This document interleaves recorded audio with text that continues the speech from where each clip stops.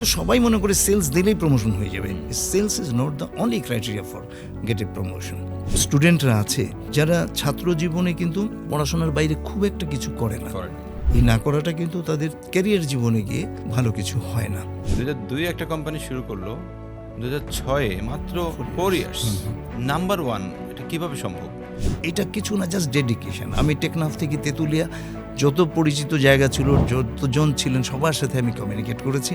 মানুষের কিন্তু সক্ষমতা অনেক, আপনি দায়িত্ব দিয়ে দেখতে হবে তাকে টেস্টিং ফেজে, এবং মনিটর করতে হবে যে সে দায়িত্বগুলো ঠিক মতো পালন করতে পারছে কিনা। আমাদের অপথলমিক মার্কেটটা রাইট নাও কত পার্সেন্ট বা কত টাকার? অ্যাকচুয়ালি টোটাল ফার্মাসিউটিক্যাল মার্কেটের বলা হয় যে 1.25 ছিল এক সময়, বাট এটা বেড়েছে এখন 1.5% of the total Pharma market বলা যায়। ধরেন টাকা ভ্যালুতে বলা যায় প্রায় 600 কোটি টাকার মার্কেট। 600 কোটি মার্কেট। একজন এমআইওকে বা এমপিওকে কখন আপনার কাছে মনে হবে যে সে আসলে ফিট ফর এরিয়া ম্যানেজার? আমি এক নম্বরে প্রথমে বলবো ইনফ্লুয়েন্সিং পিপল। লিডারের সংজ্ঞাতেই কিন্তু আছে it is an art which influencing people. কোম্পানিগুলো সাধারণত ট্রেনিং ইনভেস্টমেন্ট করতে চায় খুব কম। Training makes a man perfect. আপনি সব প্রফেশনেই দেখবেন ট্রেনিং আছে।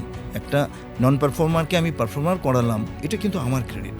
মার্কেটিং ডিপার্টমেন্টে যারা কাজ করে তাদেরকে কাস্টমার সম্বন্ধে ধারণা থাকতে হবে স্বচ্ছ। সেটা সম্বন্ধে ধারণা থাকতে গেলে কিছুদিন হলেও সেলসের সাথে একদম ওতপ্রোতভাবে একটু কাজ করতে হবে, কন্টিনিউয়াস। আসসালামু আলাইকুম, আমি M A Wadud, Aristo farmer অপথলমিক ডিভিশনে আমি এক্সিকিউটিভ ডিরেক্টর হিসেবে কাজ করছি। বিগত 40 বছর ফার্মাসিউটিক্যাল ক্যারিয়ারে আমার যে অভিজ্ঞতা সেটা অনেক আলোচনা হলো এই ভিডিওর মাধ্যমে।